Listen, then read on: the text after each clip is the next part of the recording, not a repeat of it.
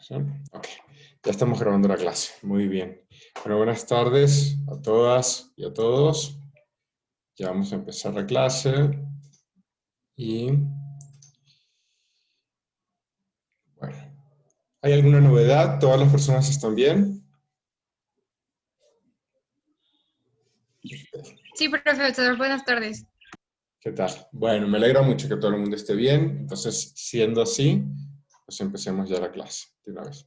Hoy vamos a empezar ya con el contenido. En este contenido, en esta sesión nosotros vamos a ver el, una primera definición de microeconomía.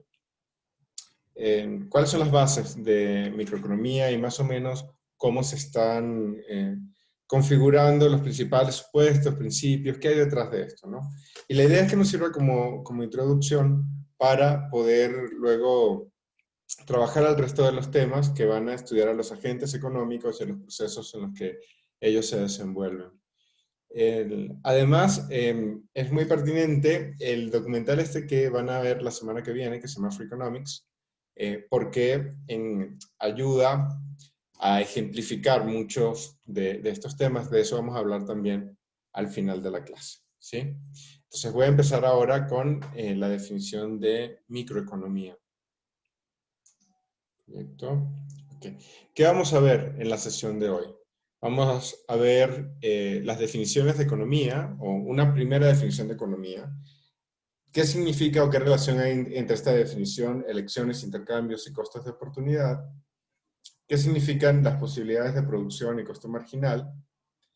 ¿Cómo se configura la coordinación económica desde esta visión? Y algunas diferencias entre el análisis micro y el análisis macroeconómico, para entender bien a qué nivel nos vamos a estar ubicando durante todo el trimestre. Ok. Entonces, ¿qué es economía? Hay muchas definiciones de economía, muchas definiciones.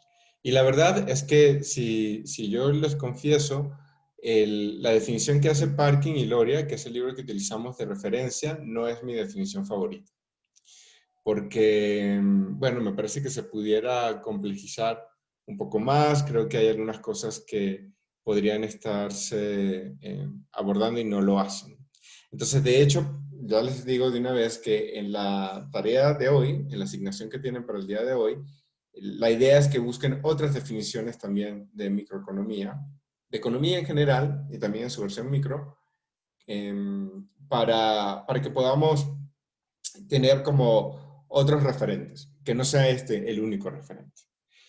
Pero empecemos por aquí, porque Parkin y Loria lo que sí me gusta es la manera como estructuran el resto del libro. Me parece que es muy didáctico, creo que es fácil de seguir, y eso es una ventaja. Entonces, para ser congruentes con la estructura, pensemos en utilizar primero la definición que ellos están ofreciendo. ¿Qué es economía? Economía es una ciencia social. Y las ciencias sociales, bueno, ya sé que ustedes han tenido esta discusión antes, estoy prácticamente seguro, pero las ciencias sociales estudian el comportamiento de las sociedades, de las interacciones entre los individuos y las relaciones que tienen, por ejemplo, con su ambiente, ¿no? Y en parte es eso lo que hace también la economía, es un análisis de ciencias sociales. Dame un segundo. Okay. Entonces, ¿qué tipo de cosas estudia la economía? Elecciones. Elecciones de los individuos, las empresas, los gobiernos y en general de toda la sociedad. ¿Y qué tipo de elecciones? Bueno, ahí hay como varias posibilidades, pero aquí en el libro se plantean que la elección es frente a la escasez. Es decir, partimos de la idea de que tenemos pocas cosas o que no tenemos suficientes cosas de alguna forma y que por eso estamos en una condición de escasez. Y como estoy en una condición de escasez, no lo puedo hacer todo porque de alguna forma la vida es finita, pues tengo que elegir qué voy a hacer. En ese proceso de elección, yo voy a tener no únicamente la condición de escasez, sino también voy a tener algunas cosas que me van a motivar, que me van a incentivar a tomar ciertas decisiones. Y esos son los incentivos que también influyen en estas elecciones que hacen los individuos. Entonces la economía va a estudiar todo esto, en parte. Va a estudiar las elecciones, va a estudiar los incentivos, y aquí en el libro hay hay un mayor énfasis alrededor de la escasez. Hay otras definiciones donde la escasez no viene enfatizada. Entonces, por ejemplo, esa definición de unas definiciones alternativas de economía es un trabajo bonito que ustedes vayan y busquen también eh, pues otras posibilidades. Les quiero pedir, por favor, si pueden encender sus videos. De momento solamente veo a Camila con el video encendido y es muy, muy útil si somos más personas quienes tenemos el video encendido. Si tenemos problemas de conexión, ya luego cambiamos, pero de momento intentemos hacerlo. Entonces, bueno, esto que estábamos hablando ahora sucede para la economía, ¿no? Pero hay varios niveles de análisis económicos. Y aquí vamos a diferenciar dos de ellos. Uno es el microeconómico, que es el que nosotros sí vamos a ver durante todo el trimestre. Y ese va a estudiar las elecciones que hacen los individuos y las empresas, y la manera en que dichas elecciones interactúan en los mercados y la influencia que los gobiernos ejercen sobre ellos. Entonces, en la versión micro de la economía, nos vamos a los agentes principales. Esos agentes son básicamente dos: los individuos que consumen y las empresas que producen. Esos son los dos agentes. Y de hecho, el resto del curso va a estar organizado alrededor de esos dos agentes.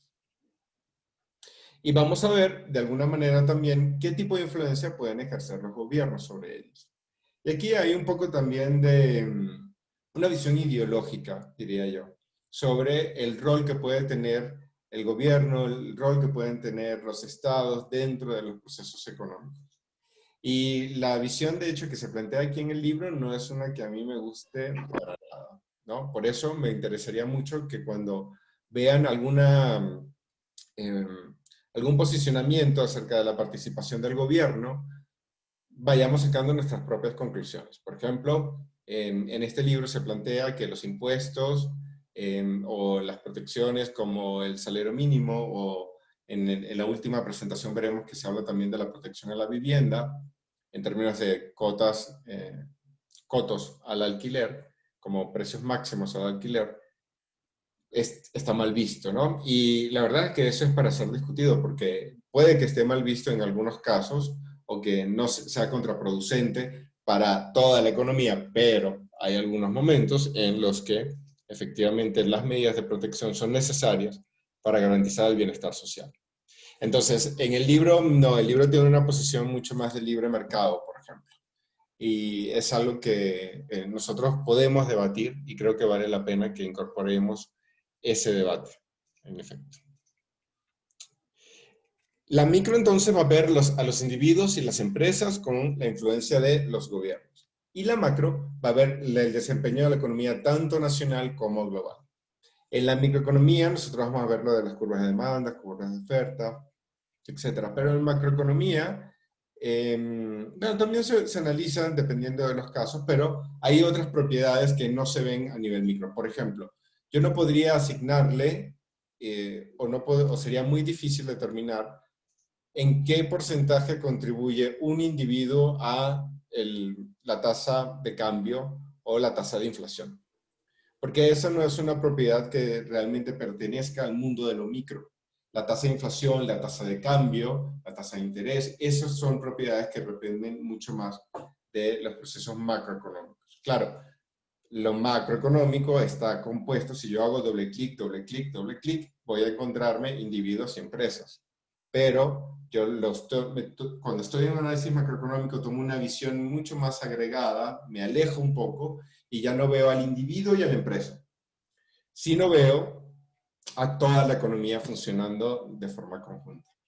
Y por eso le llamo macro. Mientras que en el micro se me queda con los individuos y las empresas. ¿Hay alguna duda hasta acá? ¿O algún comentario que quieran hacer? No, Sí, ¿no? profesor. No, profesor, se entiende bien. Ok. Bueno, igual, incluso si se entiende bien, si tienen algún comentario, con gusto, ¿eh? Y comenzamos a hacerlo un poco más en términos de discusión.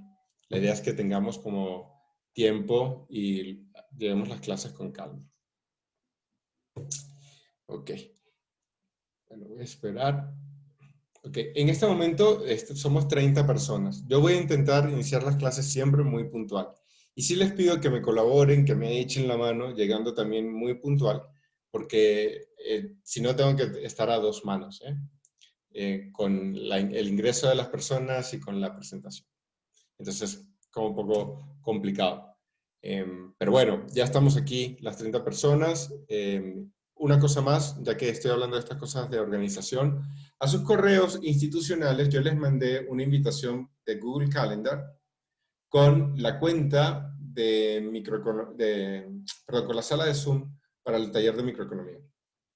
Entonces ahí ya tienen todo. Tienen, por ejemplo, para la semana que viene no está programado nada porque la actividad es distinta. Vamos a hacer la actividad de Freakonomics. Y por eso no hay una sala de Zoom. Pero en las otras, donde sí, ahí sí ya tienen toda la información para poder acceder al programa, a la sala y entrar. Entonces, vayan a los correos. Hay varias personas que faltan y acepten su invitación porque además les sirve de recordatorio. ¿Sí? Entonces, bueno, ya, hechos los anuncios pastorales, continúo. Se trabó. Ok, entonces, el mundo de la economía es un mundo muy particular, ¿eh? De este tipo de economía. Hay muchas visiones de economía, muchas visiones. Hay, bueno, algunas que incluso plantean no solamente nuevos temas, sino desacuerdos entre las maneras, en las maneras en las que se ven estos temas. Yo, por ejemplo, no soy muy partidario de esta economía neoclásica, que es la que estamos viendo acá, y no me gusta, es la verdad. Pero creo que es muy importante conocerla, porque esa economía neoclásica es la economía más hegemónica. En todas las universidades del mundo prácticamente, la economía que se enseña de forma pues, avasallantemente más intensa y fuerte y así que todo el mundo ve, es esta economía neoclásica. La economía, otra economía que podríamos llamar economía más heterodoxa, donde se discuten muchos de los supuestos que están acá, no es la principal corriente que van a encontrar. Entonces yo, por ejemplo, soy más heterodoxo y no trabajo, cuando hago investigación, no trabajo desde esta visión de la economía. Aún así, creo que vale mucho la pena conocerla. Y por eso es que la vamos a presentar y trabajar durante el curso. Pero podemos ser críticos alrededor de ella. Y esa es parte de la idea. En esta economía neoclásica, nosotros nos vamos a encontrar con un mundo que tiene una configuración bien particular. Bien particular. Y es un mundo donde las cosas están muy parametrizadas. Pareciera que todo lo puedo meter como en cajas. Y es un mundo de cajas, efectivamente. Yo siempre utilizo, para explicar el mundo de la neoclásica, el ejemplo de los Legos, ¿no? Los Legos de los que uno usa para jugar. Y el curso pasado había un compañero de ustedes que vendía Legos y yo no sé si fue por el COVID o qué, pero al final le dije que me vendiera unos y no me los vendió. Entonces siempre batallo con unos Legos que tengo acá en casa, de una taza que me regaló mi sobrino, ¿te la ven? Para poder hacer este ejemplo, denme un chance, ok. Entonces, ¿cómo es el mundo de la economía neoclásica? Así.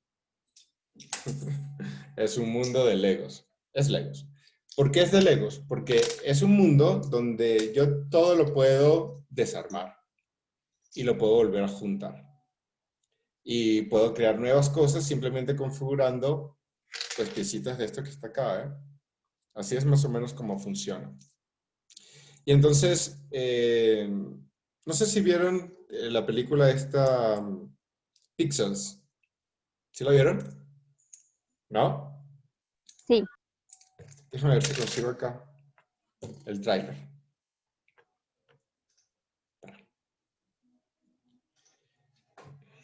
Déjame ver si consigo el tráiler de Pixels. Pixels. Tráiler. Aquí está. Acá está. Aquí está. Ajá. Sí, está perfecto. Videos. YouTube. Writing's not that easy, but Grammarly can help. This sentence is grammatically correct. Ok, espera. Y ahora les comparto Pixels. 3, 2, 1.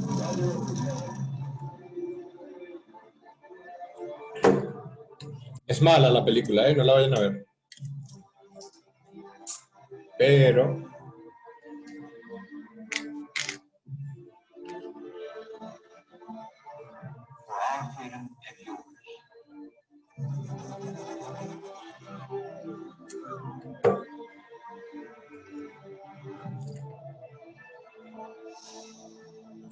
functional.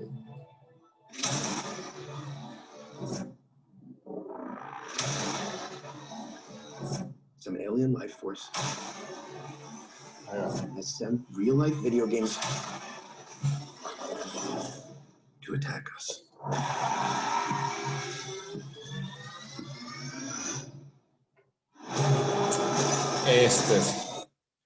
¿Ven cómo es este muñeco? Que está hecho de un montón de cuadritos y está así como pixelado. Así es el mundo de la vida. Y cuando se destruyen, ¿ven que se destruyen en cajitas? Donkey Kong.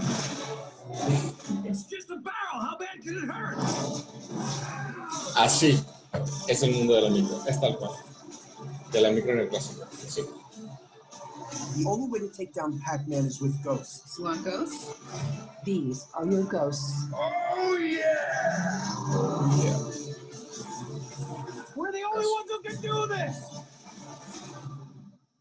I'm kidding. We are all gonna die.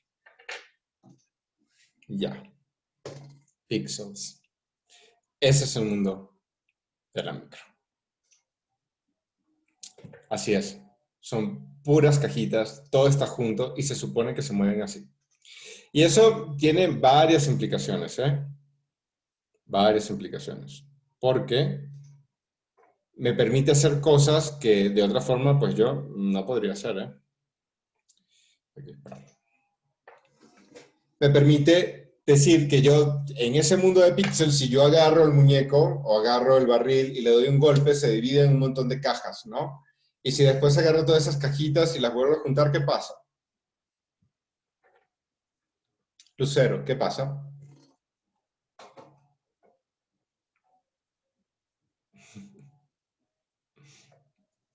Ahí está, Lucero está con el celular y la estoy haciendo batallar.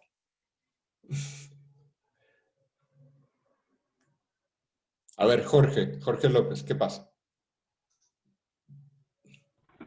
Pues si ya tiene cajas juntas y junta más, ¿o cómo? Si yo agarro todas las cajas esas que se... ¿Ya viste el muñeco cuando explotó, que se hizo cajas? ¿Lo viste? Ujú. Ok, ¿qué pasaría Sí, si sí, yo sí. agarro todas esas cajas y las reúno? Puede ser que se vuelven una, ¿Cómo? se vuelven una caja, o sea, un ente. Exacto, se convierte en una caja nuevamente. Y así es como en microeconomía se ven los conjuntos.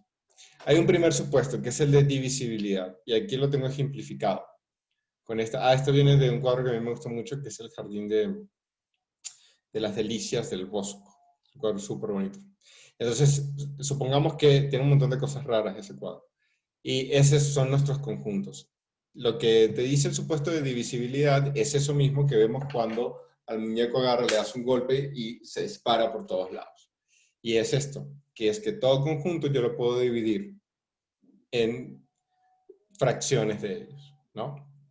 Y que la suma de este conjunto es igual a la suma de cada una de estas partes. E incluso yo puedo tener otros tipos de sumas, no necesariamente dentro o de partes del mismo conjunto. Yo podría tener dos conjuntos distintos y los puedo sumar y a un conjunto completamente nuevo, más grande. Como cuando en el mundo de las cajas yo agarro, rompo el barril y luego con ese barril, si había por ahí otra, no sé, otra rueda que estaba rota, agarro una parte de la rueda, una parte del barril y armo un nuevo Lego. Y entonces ese es todo el punto, ir armando Legos. Y es así como nosotros pensamos en el conjunto o en las propiedades de los conjuntos en microeconomía. E incluso tengo una propiedad más que se llama convexidad, donde yo puedo agarrar una parte de un conjunto y otra parte de otro conjunto y sumarle un trocito de otro conjunto y unirlos todos. Tal cual como si uniera un trocito del barril, como un trocito de la rueda, con un trocito del muñeco este del Pac-Man, que está comiéndose toda la ciudad. Ese es el principio de convexidad. Entonces, el mundo de micro es un mundo que configura las cosas así. Todo lo ve como en Legos que los puedo desarmar. Y luego, ¿cómo son las personas que están ahí? Pues las personas, si el mundo está hecho de Legos, las personas son como robotcitos, ¿no? Son como robots. Y entonces son personas que actúan tal cual como actúa un robot, ¿no? De una forma fija, de una forma como muy pensada, como muy racional. Son personas que no tienen sentimientos, por ejemplo. La configuración del agente económico neoclásico en esto que se llama el Homo economicus, que es un modelo de cómo se comportan las personas y cuáles son sus características, no tiene sentimientos, no es alguien que siente. La decisión económica se toma desde una postura completamente racional. Y esa racionalidad lo que significa es que la gente sabe lo que quiere y se comporta en función a ello. Y hay una interacción entre esa racionalidad y el mundo en el que vive la gente. Porque hay una serie de supuestos alrededor de eso. Por ejemplo, si yo todo lo sé y conozco bien cada una de mis piezas, yo puedo ordenar perfectamente qué me gusta más y qué me gusta menos. Y eso es lo que yo voy a llamar el ordenamiento binario completo. Y lo puedo hacer cosa por cosa. Por ejemplo, puedo tomar este boli que es como negro con este que es rojo. Y a mí me gusta más el rojo que el negro. Entonces, en orden, primero va este y después va este. Y yo siempre puedo saber si me gusta más el rojo o el negro. No puedo estar en o no estoy en una situación de indecisión. Yo sé que me gusta. Y como sé que me gusta y tengo capacidad de evaluar bien cada bien, los puedo ordenar en función de lo que me guste más o lo que me guste menos. Y también puedo traer un tercer bolígrafo, ¿no? Y yo puedo decir, por ejemplo, que el negro, que me gustaba más que el rojo, el negro me gusta más que el azul. Y entonces lo ordeno ahora estos dos, este par. Primero el negro y luego el azul. Y yo puedo hacer eso también porque yo puedo observar una reflexividad en el conjunto. Es decir, yo puedo observar que este bolígrafo existe en sí mismo, que es un ente y que yo puedo parametrizarlo y lo puedo manipular y puedo decidir sobre él.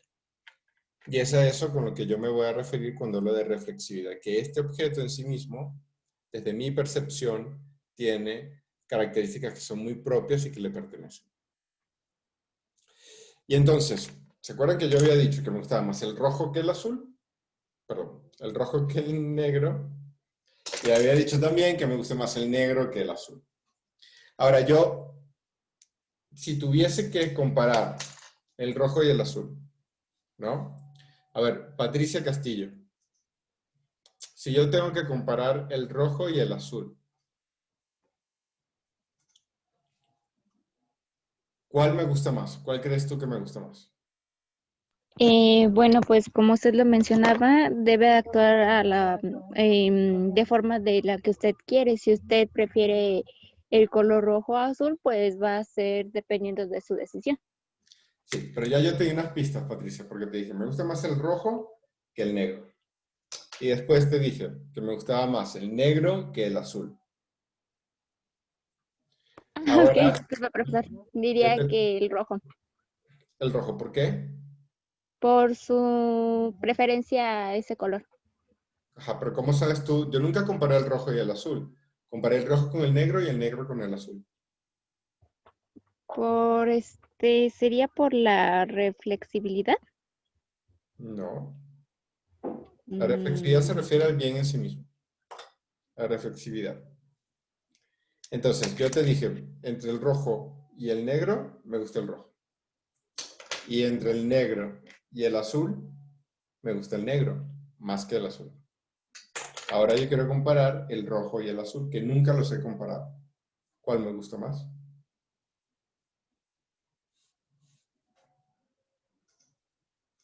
Rojo.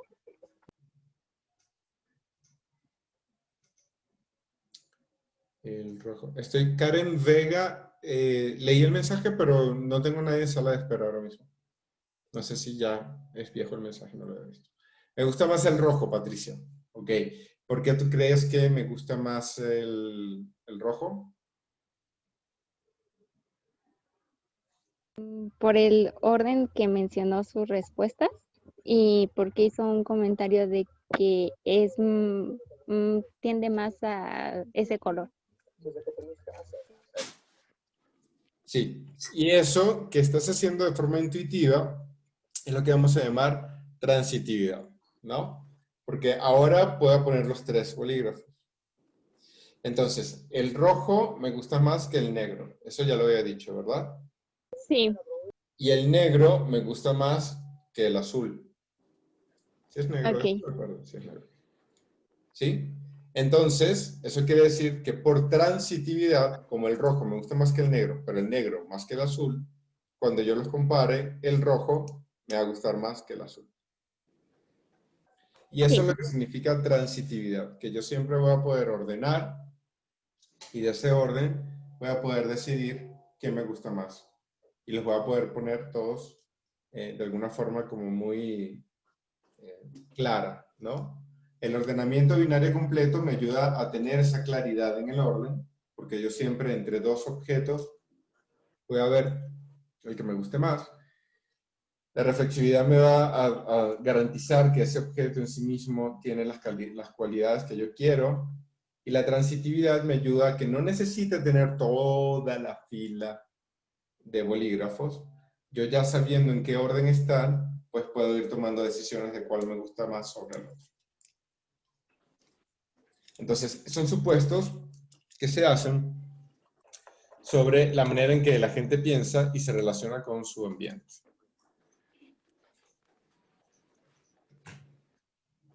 Hay otro tipo de supuestos, que son los supuestos psicológicos.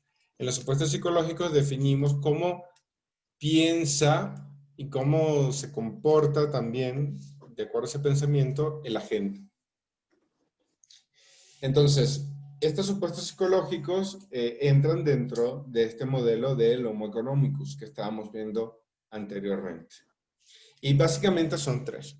El primero es egoísmo, ¿no? Los agentes solo buscan el interés personal y su satisfacción. Y toman decisiones bajo ese esquema, pensando en sí, solo en sí, y nada más que en sí mismos. El otro es la no satisfacción, donde siempre tener más es mejor. Y siempre hay un bien superior que la gente quisiera tener. Ese es el criterio de no satisfacción. La gente como que nunca tiene suficiente. Siempre le hace falta algo más. Siempre quiere algo más. Siempre está intentando obtener algo más. Entonces, en esa búsqueda, porque no se siente una persona satisfecha, pues el agente toma sus decisiones, se comporta, en fin, planea y decide sus interacciones. Y la última, es la convexidad de las preferencias. En la convexidad de las preferencias, yo lo que planteo es que si dos conjuntos como los que veíamos antes, ¿no? Tienen la misma utilidad, al momento de combinarlos, al menos tienen la misma utilidad. Pero es probable que tengan más utilidad que eso. Es decir, Si dos conjuntos me gustan de una manera, cuando yo los combine me van a seguir gustando al menos en esa misma intensidad, a menos que yo pueda lograr una combinación que genere un mayor nivel de utilidad, de beneficio, como de sensación de bienestar que yo puedo obtener por el hecho de tener ese producto. Y esto forma parte de los supuestos psicológicos donde está el agente. El agente no es únicamente un individuo consumidor. Esto aplica tanto para los consumidores como para las empresas. Entonces, es una configuración bastante dura de las personas, porque, por ejemplo, como ven acá, no tiene sentimientos, no es una persona que trabaje en función del bien colectivo, sino que trabaja de una forma egoísta, siempre está insatisfecha, siempre está buscando tener más, etc. Sin embargo, todas estas propiedades de los individuos son necesarias para poder entender cómo luego se va a configurar este mundo. Porque por un lado yo necesito saber de qué está compuesto el mundo. Y ya dijimos que estaba compuesto de Legos. Y por otro necesito saber quién interactúa en ese mundo de Legos. Y las personas que interactúan son los hombres económicos, homos económicos. Y bueno, pues es un robot que está dentro de un mundo de Legos. Así es como se ve. Es una simplificación. Siempre en economía se usan simplificaciones. La verdad es que es muy poco común y sería, no sé, hasta debatible. Si hay algún escenario en el que no es una simplificación lo que estoy presentando, sino es una representación fidedigna de lo que está pasando en la realidad. Entonces, en ese sentido, pues, no hay necesariamente ni tanto problema con esto. El asunto es qué tipo de modelo es el que yo voy a estar considerando. Es decir, qué tipo de supuestos y hasta dónde voy a tener esta representación parcial y hasta dónde no. Eso sí cambia mucho. En esta visión, de nuevo, el mundo es muy cuadriculado y las personas están como muy programadas. Les queda muy claro lo que tienen que hacer. En otras visiones, esto se puede complejizar. Pero bueno, en la que vamos a ver acá es desde aquí. Este Homo economicus que hablábamos es un constructo que contiene al individuo con comportamientos y características psicológicas que pueden ser modeladas por economistas, ¿no? Entonces aquí, América, di que levantaste la mano. Sí, no me quedó muy claro lo de convexidad de preferencia, relacionándolo con el significador. Ah, ¿este? Ok. Sí. Supongamos que la utilidad está de alguna forma vista por lo que yo obtengo al utilizar un producto, ¿no? Entonces, de alguna forma, el planteamiento sería que si a mí me gusta el rojo, yo tengo una utilidad por eso, ¿no? Ok. Y si me gusta el negro, también tengo una utilidad por esto. ¿Sí? Ok. Entonces, yo antes había dicho... Ah, bueno, aquí tengo otro. No, es que justo estaba buscando. Si son diferentes, yo ya no puedo decir que realmente puedo evaluar esta propiedad de convexidad, porque como ya dije que el rojo me gusta más que el negro, entonces pues no tienen la misma utilidad. Si los combino voy a obtener una cosa completamente distinta. Pero si yo tengo dos bolígrafos rojos, y escribo con los dos bolígrafos, lo que quiere decir esto es que si escribo con uno y todo lo que voy a escribir en mi libreta lo voy a escribir con este rojo, o alterno entre este rojo y este rojo, como los conjuntos para mí tienen la misma utilidad, al menos va el beneficio que voy a obtener de ellos va a ser el mismo. En mi libreta yo voy a ver las cosas escritas igual de bien, con uno o con el otro. La otra alternativa es que, como yo me sienta muy cómodo por el hecho de tener dos bolígrafos como el que quiero, pueda escribir con más libertad, pueda sentir que no tengo por qué restringir las palabras o que no me da miedo si quiero hacer un dibujo que me vaya a quedar sin tinta. Y entonces, combinando ambos bolígrafos, obtengo más utilidad. Pero de mínimo, yo obtengo la misma.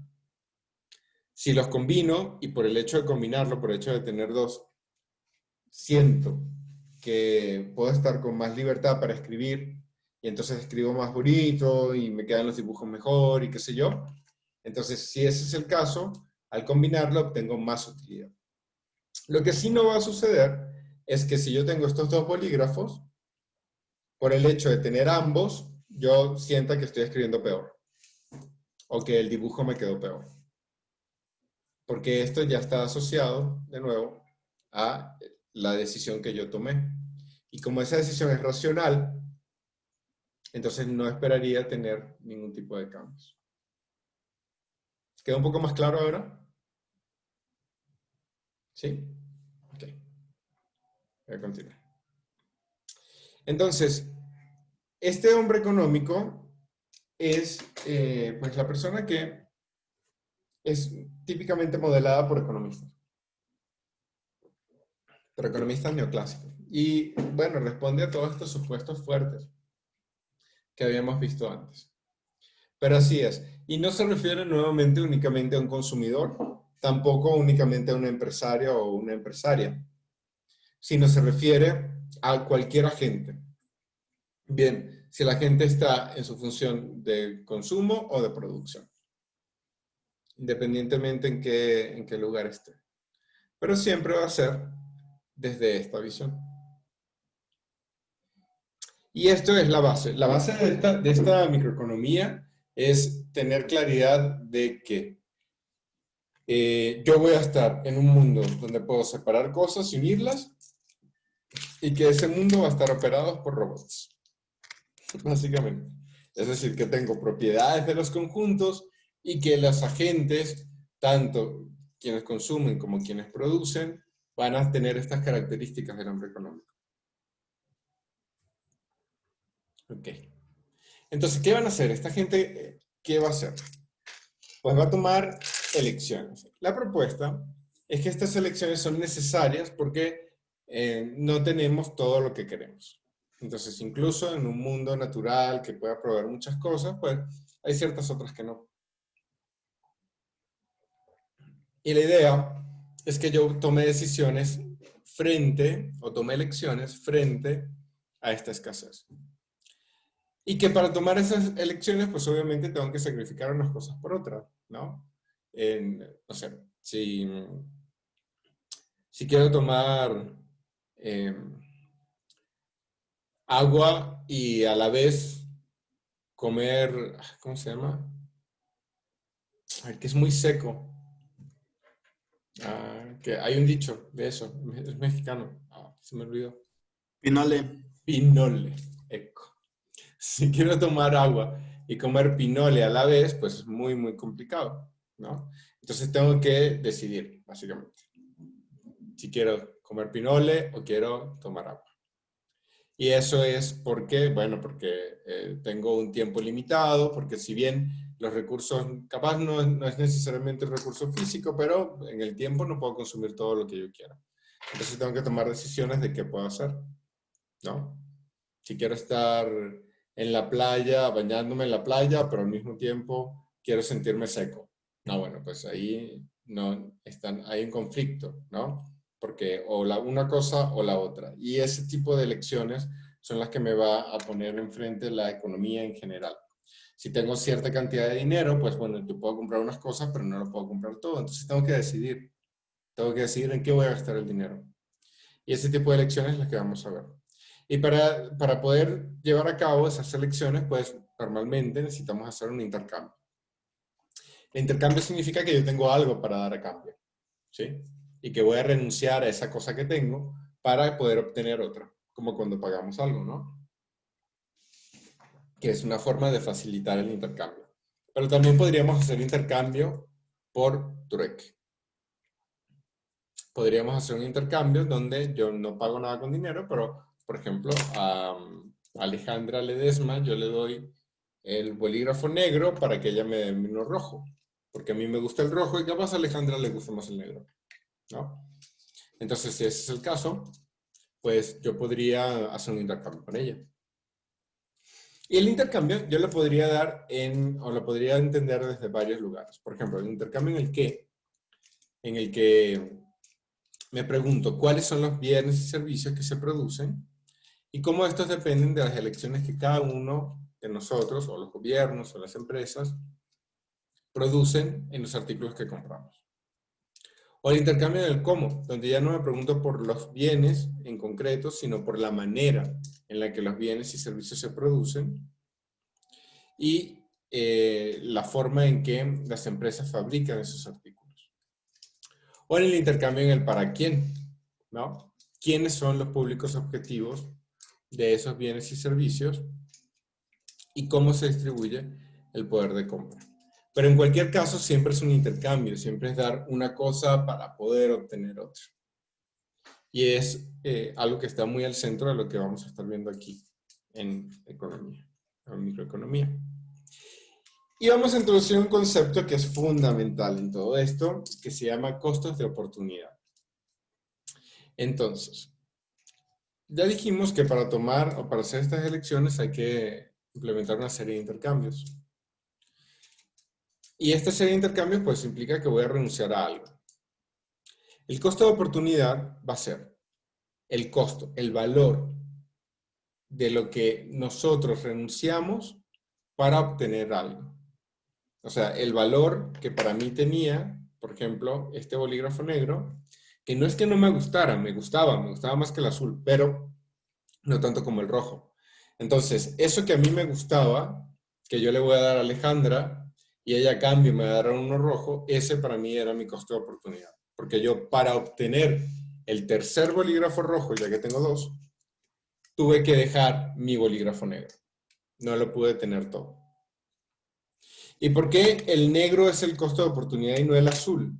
Porque ya yo había dicho que de los tres me gusta más el rojo, pero el negro me gusta más que el azul.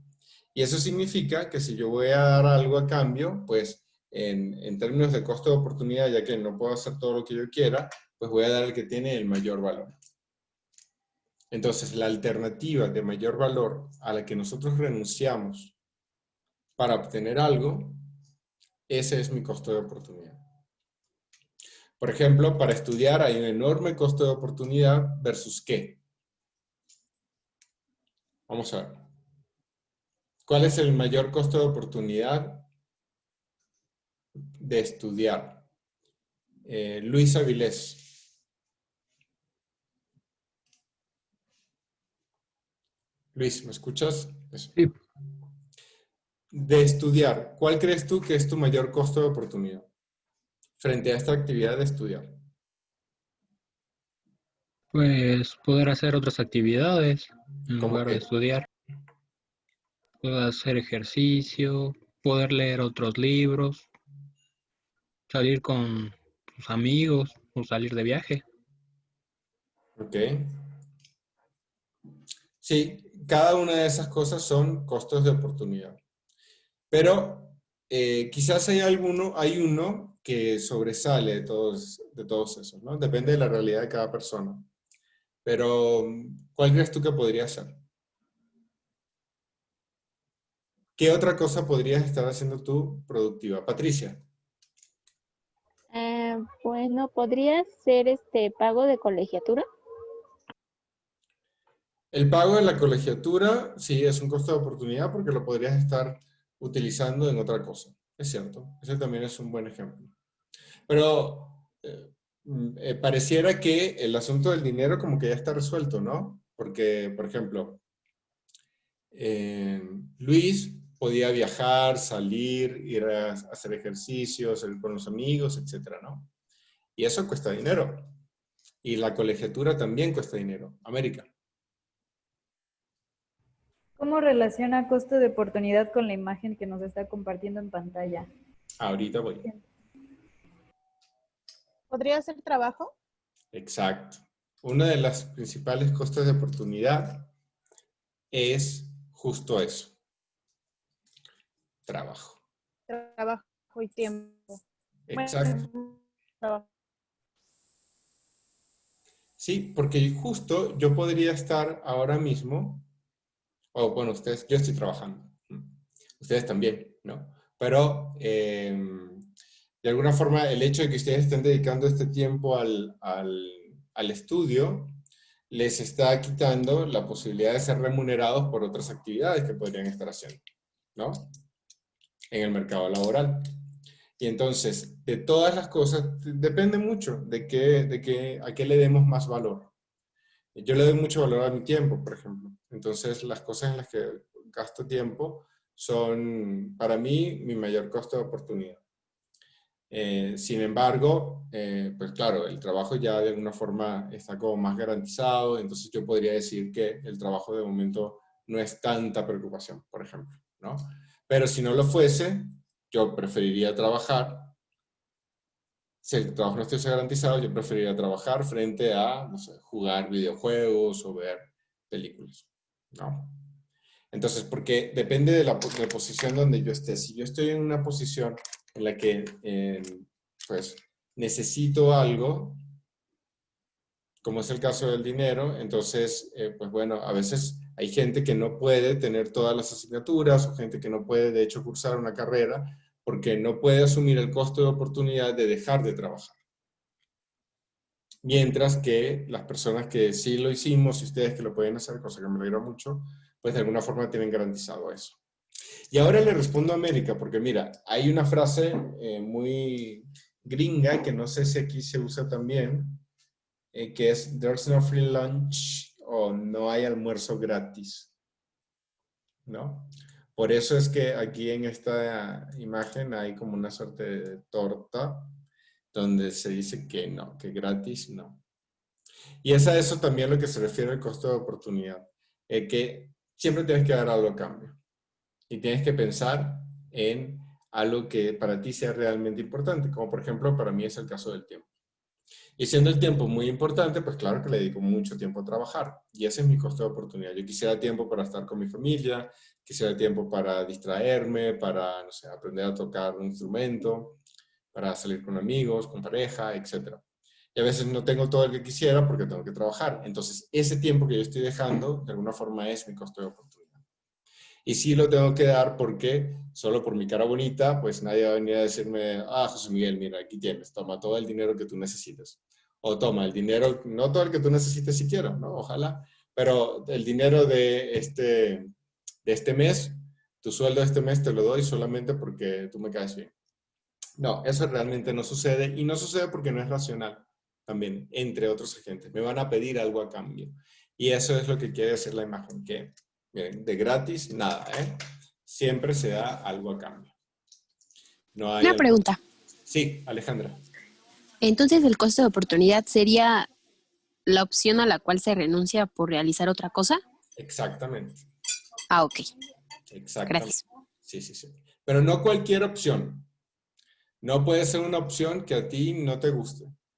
Tiene que ser la opción que a ti más te guste, pero que estás dejando de lado a cambio de esto. Por eso es que es la alternativa de mayor valor a la que renunciamos para obtener algo. Ok, gracias. Con gusto. Tengo una pregunta. Sí, Luis. Bueno, en el texto dice alternativa de mayor valor a la que renunciamos. Sí. Pero ¿no sería esa la de mayor valor la que sustituimos? Es decir, tiene un mayor valor lo que vamos a obtener que lo que renunciamos, ¿no? Sí, de alguna forma sí, y esa es parte, ese es el asunto, ¿no? Que tú sí vas a obtener algo que te gusta y algo que te va a satisfacer, por ejemplo, alguna necesidad.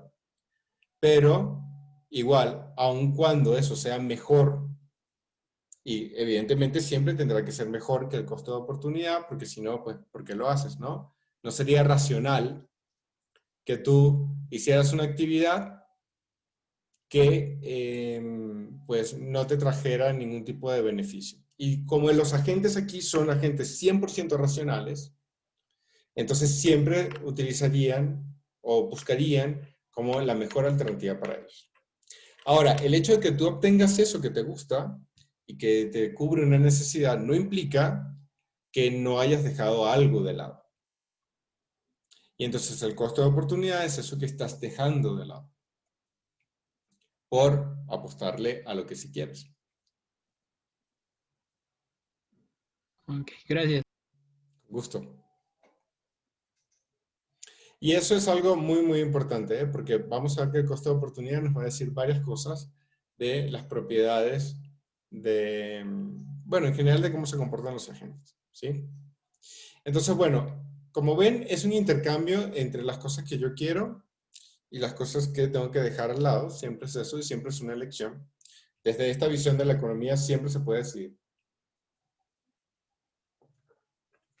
Y por eso necesitamos entender en qué mundo nos estamos moviendo y ver entre qué cosas puedo decidir y qué cosas no.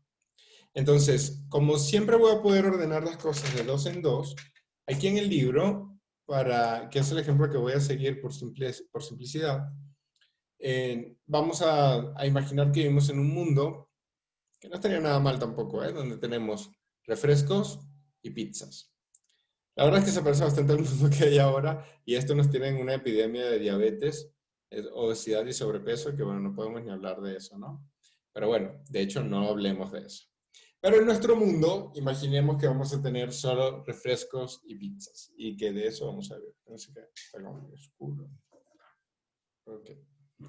Vamos a tener refrescos y pizzas, y de ahí va a estar, ¿no? Pero claro, es un mundo finito y es un mundo que no me puede dar para todo lo que yo quiera. Entonces, o yo dedico todo lo que hay para producir refrescos, y eso significa que no hago ninguna pizza y puedo hacer 15 millones de latas de refresco. O en este mundo donde yo no puedo hacer todo lo que yo quiera, porque evidentemente el día tiene 24 horas, hay ciertas limitaciones, etc. En este mismo mundo yo decido que no voy a hacer ningún refresco y voy a hacer 5 millones de pizza. Entonces me puedo ir a los dos extremos. Yo tengo la posibilidad de tener refrescos y pizzas, pero puedo decidir o hacer solo refresco o hacer solo pizzas. O puedo decidir hacer una combinación de un poco de pizzas y un poco de refresco. Y entonces me puedo parar en distintas alternativas de acá. Yo puedo decir que yo voy a hacer 1 millón de pizzas y 10 millones de latas de refresco. Y estaría acá. Y según lo que me muestra esta gráfica, pues eso es posible. Porque eso está dentro de lo que yo puedo decidir. Decidí hacer 5 millones menos de latas de refresco y decidí hacer solamente 1 millón de pizzas. Y fíjese que eso me lleva aquí a un lugar dentro de esta área que está marcada como café claro, que es lo que yo voy a llamar alcanzable. Todo lo que esté entre los dos extremos de lo máximo que yo pueda producir va a ser alcanzable. Y eso yo lo puedo ver dentro de la gráfica, o puedo decir que como justo yo soy una persona maximizadora, todo el tiempo que no utilicé para hacer los refrescos, lo voy a dedicar a utilizar pizzas, a realizar pizzas. Y entonces voy a sacarle el mayor provecho al tiempo que me queda. Y si ya decidí que no iba a hacer 15 millones de refrescos, sino 10 millones, entonces voy a ver cuánto tiempo libre me queda para hacer 2.8 millones de pizzas aproximadamente, que sería lo máximo que yo puedo hacer con el tiempo que me queda disponible. Pero supongamos que yo quiero hacer 15 millones de pizzas y quiero hacer además 4 millones de refrescos. ¿Eso es posible? ¿Qué piensan?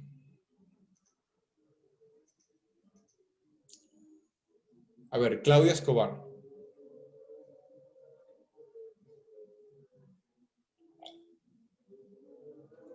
Claudia. Sí, aquí estoy, profesor. Hola, ¿cómo estás? Hola. ¿Tú crees que se pueden hacer, con esta gráfica que está haciendo acá, crees que se pueden hacer 15 millones de pizzas Perdón, 15 millones de latas de refresco y 4 millones de pizza. Sí. Ah, no. Bueno, 4 millones de pizzas, sí, Ujú. pero los 15 millones de refrescos no. O bueno, están como en el límite de inalcanzable. Exacto. Se puede hacer o lo uno o lo otro, pero las dos no. Si yo hago 4 millones, como se marca acá, lo máximo de pizzas, lo máximo que puedo hacer son 5 millones de latas de refresco. Y justo viendo los máximos y viendo cómo estos máximos se pueden combinar, yo puedo encontrar una línea azul que me divide lo que es alcanzable, como decía Claudia, y lo que es inalcanzable. Y esta línea justo que está acá, la azul, que me divide lo que sí puedo hacer de lo que no, es lo que yo voy a llamar la frontera de posibilidades de producción. Que es el límite de las combinaciones entre dos bienes que pueden producirse y los que no. ¿Por qué no puedo hacer 4 millones de pizzas y 15 millones de refrescos? Porque el tiempo que tendría disponible, por ejemplo, no es suficiente, porque la cantidad de azúcar no es suficiente, porque tengo recursos que están siendo limitados. Entonces, dentro de esas limitaciones, pues me queda únicamente trabajar en el área esta de lo alcanzable. Ahora, yo podría estar tal cual como marca aquí el ejemplo en el punto Z y decir que produzco 3 millones de pizza y 5 millones de refresco. Eso es posible.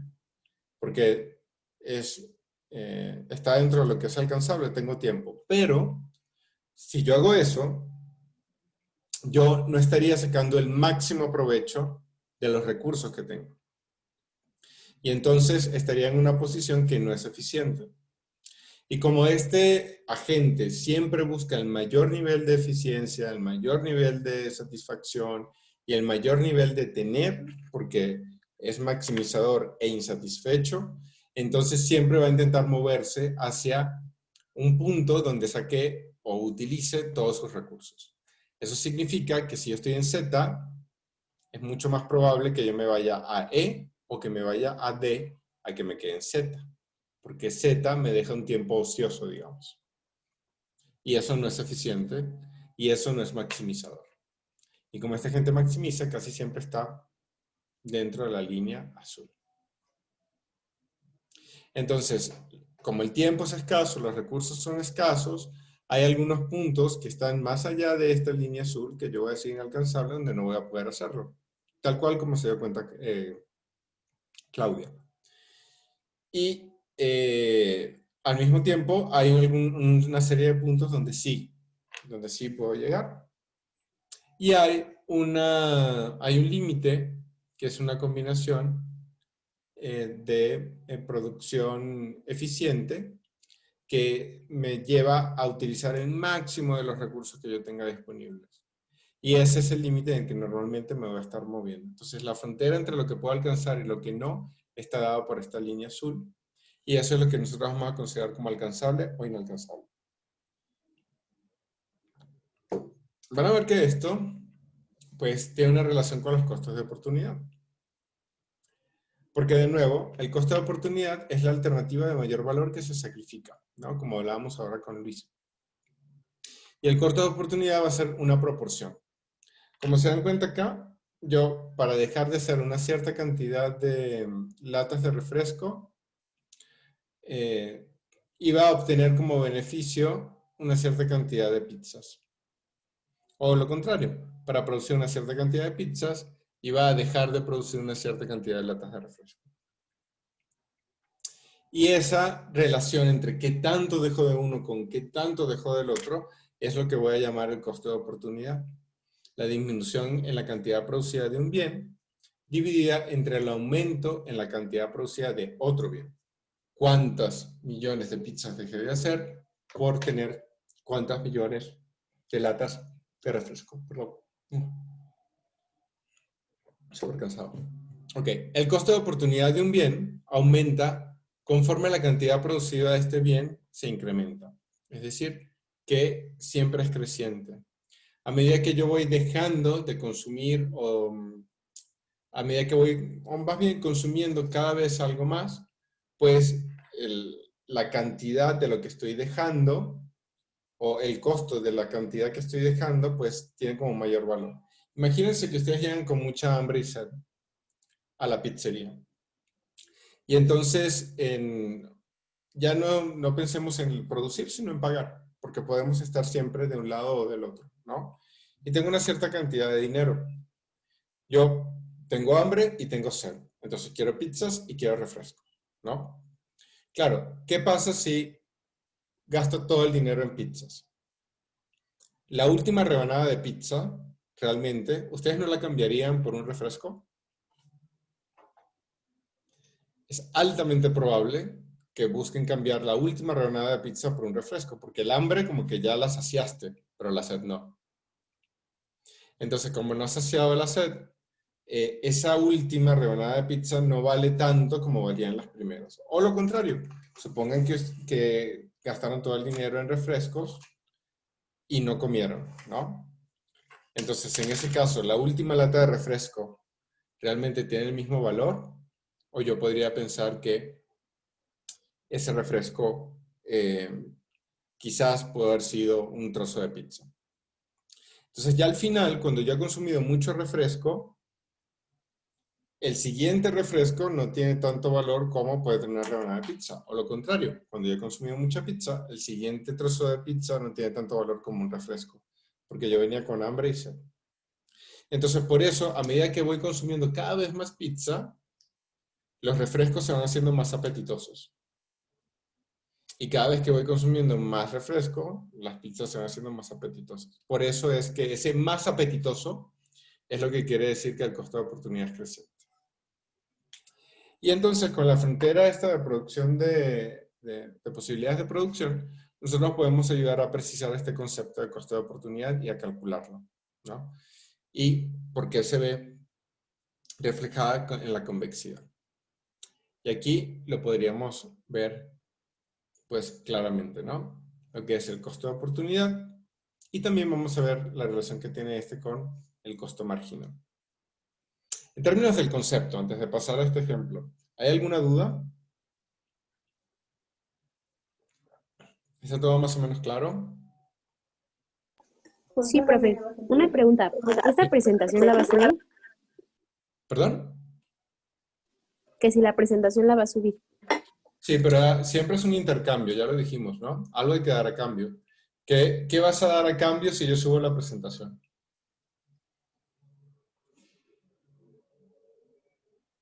¿Un mayor rendimiento? Eso es lo que yo quería. Exactamente eso. Si se la doy es porque la van a estudiar completita. ¿Sí? Entonces, vas a tener que estudiarte toda la presentación de pe a pa. Completa. ¿No? ¿Sí o no, Alejandra? ¿Es el trato o no? Sí, es el trato. Muy bien. Ese es el trato. Entonces, yo las subo, pero ustedes las revisan. ¿Va? Y de hecho, si ven alguna cosa que les gustaría mejorar o que ven que se puede como clarificar más, yo les agradezco mucho los comentarios. Eso va a ayudar también a que esto siga estando cada vez mejor. ¿Sí? Entonces, si todas estas, y también voy a subir este video de YouTube, así que sonrían bien a la cámara porque van a estar en el canal. ¿Sí? Y capaz aquí, no sé, terminan haciéndose youtubers ustedes también, ¿no? En una de estas. Pero ahora van a empezar por acá. Entonces yo subo tanto las presentaciones, subo el video y voy a subir también al final, Alejandra, unas instrucciones para la evaluación continua siempre. ¿Sí? Igual, mira, en el libro está muy estructurado de la misma forma de la presentación. Lo que pasa es que, claro, la presentación como que dialoga un poco más e intenta como bajar las cosas un poco a tierra. Ese es el objetivo. Entonces, bueno, ya tenemos un contrato en el que van a estudiar microeconomía, solo microeconomía y nada más que microeconomía. Y al final van a ser todos expertas y expertos en microeconomía. Alejandra ya firmó por todos ustedes, así que se lo pueden agradecer a ella. ¿Qué te parece, Alejandra? Está bien, profe. Muy bien. Ok, y entonces, vamos a ver qué relación tiene esta frontera de posibilidad de producción con el costo marginal, que también está relacionado con el costo de oportunidad. Vamos a ver. Pero evidentemente, antes de entrar ahí, yo necesito saber qué es el costo marginal. El costo marginal es el costo de oportunidad de producir una unidad adicional más del mismo bien. Y eso lo puedo ver a partir de la pendiente de la función de producción. La pendiente. ¿A alguien aquí le di clase de matemáticas? No sé por qué, No. por ejemplo. ¿No? ¿A nadie? ¿No les di mate en quinto? ¿No? No. Ok. Bueno, pues se perdieron de unas clases de matemática buenísimas. Ah, mentira. Entonces, en esas clases de mate que sí vieron en quinto, porque yo doy también mate en quinto, ahí ustedes vieron pendientes, ¿verdad que sí? Vieron cálculo diferencial, ¿sí? ¿Ok? Entonces, ahora todas las personas que van a aplaudir son las personas que les encantó esa clase de matemáticas. A ver, aplaudan a quien desde el fondo de su corazón sintieron que su vida les cambió después de ver la clase de mate. Aplaudan ya, ¿sí saben aplaudir aquí? ¿No? A ver si ya tengo aquí la reacción. No las veo porque estoy con la versión esta. Tienen ahí en sus controles una cosa para aplaudir. ¿Nunca la han usado? Eric. Sí, yo sí, pero no me encantó. Ah. Igual. Entonces por eso no no la aplaudo. quiero dar, ¿eh? Muy bueno, sí. Yo aprecio mucho la sinceridad, Camila, así que te lo agradezco un montón. Okay. Ya vi que a Bruno sí le gustó. Eric, ¿te gustó o no? Ahí más o menos. Yo creo que no quiere quedar bien Eric, pero ya es muy tarde, Eric. ¿Nadie más? Pues qué lástima, ¿eh? Qué lástima, porque esas matemáticas son la onda del planeta. Son buenísimas, son literalmente la onda del planeta porque con esas matemáticas se lanzan cohetes, ¿no? Por un lado. Y porque sirve para todo, está por todos lados y muchas de las cosas que podemos hacer ahora es gracias a esa mate. Y ustedes tienen la oportunidad de repasarla ya que se fue el trimestre. Pero ahora, ¿qué ven en mate ahora? En mate de 6, ¿qué ven? Estadística. Ah, estadística, buenísimo también. Buenísimo, les va a encantar. Esas también. Hay muchas aplicaciones. Bueno, total es que todo este cuento es porque las pendientes que veíamos en mate 5, en mate del quinto, es lo que me determina a mí de la curva de la función de posibilidades de producción, es lo que me determina el costo del costo marginal, que también es un costo de oportunidad. Pero vamos a ver acá cómo lo calculamos así como de forma más intuitiva, ¿no? Aquí podemos ver, miren, por ejemplo, aquí en este gráfico tengo ¿están viendo mi cursor? ¿Sí? Sí. Ok. Entonces, en este gráfico yo tengo, por un lado, los refrescos y por otro lado tengo las pizzas, ¿no? Y entonces, si se fijan, si yo quiero incrementar 1.000.000 de pizzas, tengo que dejar de hacer 1.000.000 de latas de refresco. Para pasar de 15 millones a 14 millones, en el caso de los refrescos, y para pasar de 0 a 1.000.000 de pizzas. Y esto lo puedo ver justo sobre la curva, que es este cuadro que está acá. Y este cuadro que está acá yo lo represento abajo, ya no como un costo de oportunidad, sino ahora lo represento como un costo marginal. Que es, yo tengo que dejar de hacer, por cada 1.000.000 de pizzas que yo deje de hacer, voy a dejar de hacer 1.000.000 de refresco, por el primer 1.000.000. Cuando voy al segundo 1.000.000 de pizzas que quiero hacer, ya no es solamente 1.000.000 de latas, sino tengo que dejar de hacer 2 millones de latas. Porque paso de 14 millones a 12. Para aumentar de 1 a 2. Es decir, que el costo de oportunidad aumentó. Y ahora son 2 millones. Y lo mismo sucede con el costo marginal, que aumenta a 2 millones. Ahora quiero hacer 3 millones de pizzas. Y entonces voy a pasar, ya había hecho 2, ahora voy a pasar a hacer 3. Y eso implica que tengo que dejar de hacer 3 millones de latas de refresco. Aquí lo puedo ver en la curva. Entonces paso de 12 a 9 para hacer de 2 a 3. Es decir, aumentar 1 millón de pizzas, en este caso, significa dejar de hacer 3 millones de latas de refresco.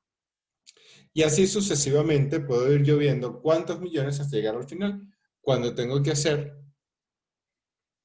quiero hacer 5 millones de pizzas, ya en el último tramo, pasar de 4 a 5 millones implica que tengo que pasar de 5 millones de refresco a 0. Y eso es un costo de oportunidad más alto. Entonces, gráficamente, podemos ir viendo, esto corresponde. Estas líneas de acá y de acá corresponden.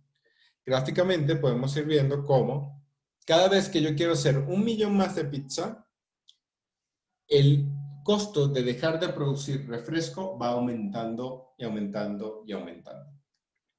Y eso es lo que quiere decir que el costo de oportunidad es creciente y que por tanto el costo marginal es creciente.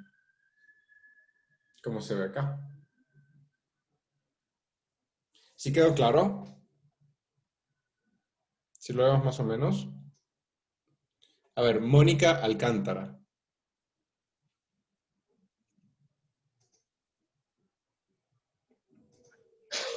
Bueno. Ah, Buenas tardes, profesor. ¿cómo estás, Mónica? ¿Cómo va todo? ¿Bien? Bueno. ¿Sí? Uy. Bien, Ah, qué bueno. bien, gracias, profesor. Lo escucho un poco cortado por mi internet.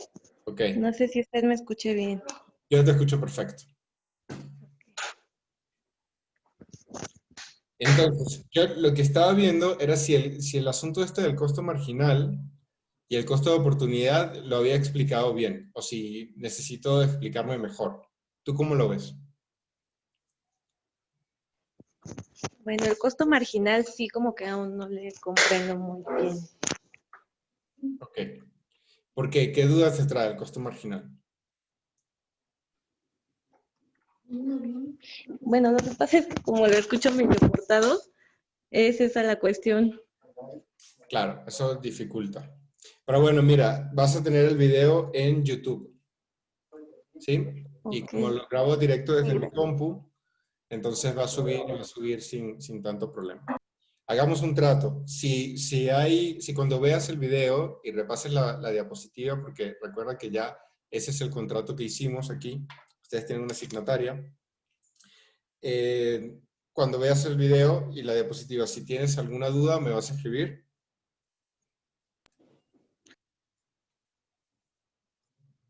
¿Sí o no? Me dejó en suspenso. ¿Sí o no? ¿Mónica? Sí, sí, profesor. Perfecto. Eso vamos a hacer. Mientras... Profesor, Sí. me comenta mi compañero que si lo puede dejar entrar otra vez a la sala, es que se le apagó su computadora y lo sacó de Zoom. Sí, está bien. Ya le di acceso. Gracias, Patricia. Sí. Y profesor, igual no me quedó muy claro el costo marginal. No entiendo muy bien a qué hace referencia. Ok. Y más o menos, ¿qué crees tú que puede ser en función de lo que hablé ahorita hace 3 minutos? Es que, bueno, entendí por una parte que el costo marginal es el aumento, por así decirlo, en este caso estamos viendo de la fabricación de refrescos y pizzas. Entonces es el aumento de productividad, pero, o sea, es como aumentar, pero disminuir del otro lado. Es lo que yo entendí. La última parte sí, en términos del concepto está muy bien, Patricia. La última parte es eso, por lo que yo aumento, tengo que dar algo, ¿no? Entonces aumento una cosa y otra. Eso sí. Ah, ok. Pero no tiene que ver con productividad. Productividad es otro concepto, ya lo vemos más adelante. Ah, ok. Sí. Es la única como corrección. Esa sí no, productividad no, pero lo otro sí. Y de lo otro podemos construir, Patricia. Mira, porque justo el costo de oportunidad es lo que tú acabas de decir. Yo para poder hacer algo, tengo que dejar algo o tengo que dar algo a cambio. Y entonces el marginal es justo ese costo, pero por unidad. Fíjate que cuando yo estaba haciendo el ejemplo yo siempre iba moviéndome de 1 millón en 1 millón, en 1 millón, en 1 millón.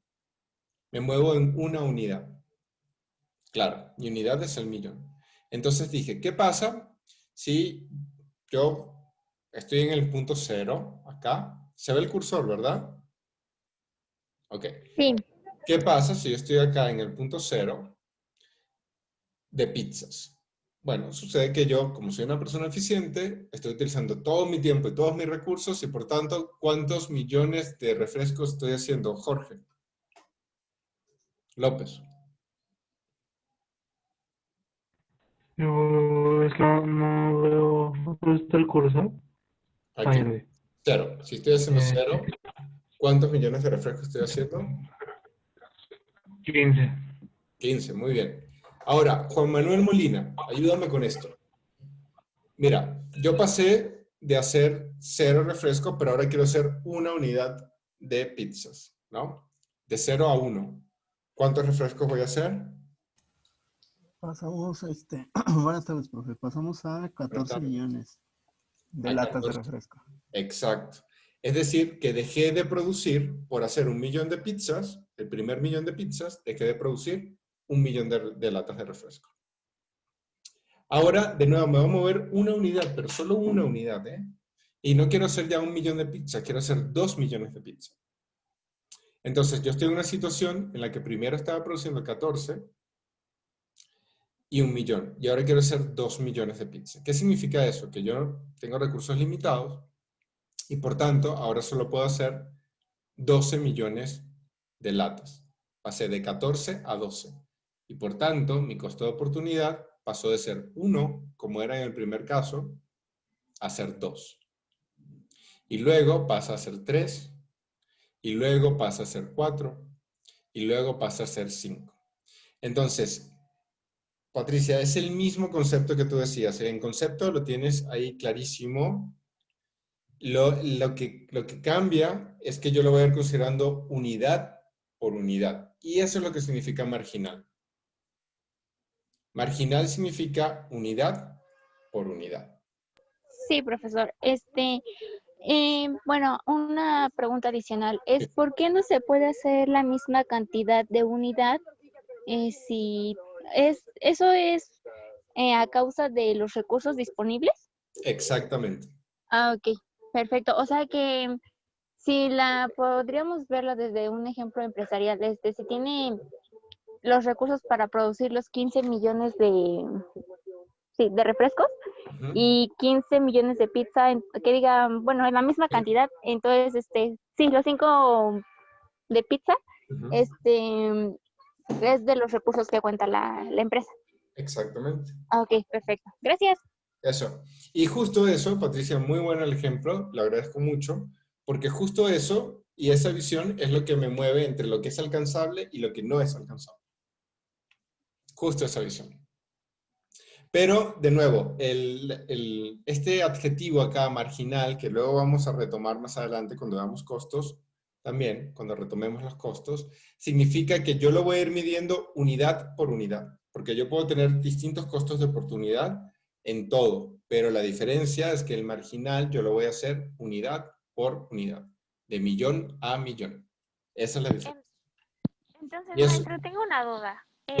¿El marginal podría ser como en proporción? sí, también, el marginal es una proporción. Porque el costo marginal es un costo de oportunidad medido de 1 en 1. Y el costo de oportunidad es una proporción. ¿Te acuerdas? Mira, Ok, maestro. Gracias. tenemos acá, mira. Aquí, el costo de oportunidad es una proporción. Entonces, el costo marginal también es una proporción. Pero por una unidad más de ese mismo bien. Por una unidad más. Yo podría sacar la proporción del total con total, pero no sería un costo marginal. Porque para que sea marginal, tiene que ir de 1 en 1 en 1 en 1. Por eso la curva acá se va viendo de 1 en 1. Ese es el Muchas gracias. con gusto. Ok, y entonces, claro, eso es lo que yo tengo que pagar, ¿no? Tengo mis costos marginales y mis costos de oportunidad, porque no hay almuerzo gratis, como veíamos con la foto que me preguntó América. Y bueno, estamos intentando ver, entonces, en función a qué yo voy a tomar una decisión. Bueno, si yo estoy desde el lado de consumo, por ejemplo, yo puedo hablar de mis preferencias. Y en mis preferencias yo puedo, las puedo definir como la descripción de lo que a mí me gusta o lo que a mí, pues, no me gusta. Por ejemplo, a mí me gusta mucho el pescado y como mucho pescado, ¿no? Mi familia, de hecho, es del Caribe, venezolano. Y entonces son pescadores y se come un pescado buenísimo también, como el que se come también aquí, buenísimo en la costa del Caribe. Pero, ¿qué pasa? Que cuando tenía 17 comí mariscos y unos estaban dañados y me intoxiqué y ahora soy alérgico. Entonces me gusta el marisco, bueno, sí me gusta todavía, pero no lo puedo tomar porque evidentemente no me gusta la sensación de tener una alergia. Entonces, el pescado sí, el marisco no. Mis preferencias están alrededor del pescado. Esa es la preferencia. Ahora, esas preferencias yo las puedo representar. Y esa representación de las preferencias es lo que voy a llamar utilidad. Utilidad o beneficio marginal. Entonces, las preferencias es lo que yo quiero, lo que a mí me gusta. Ahora, qué tanto me gusta, qué tanto no me gusta, cómo me gusta, eso lo puedo representar a través de mi utilidad. Recuerden que aquí estamos introduciendo varios conceptos porque lo que queremos es configurar el mundo de microeconomía. Estamos en la sesión donde se definen cosas.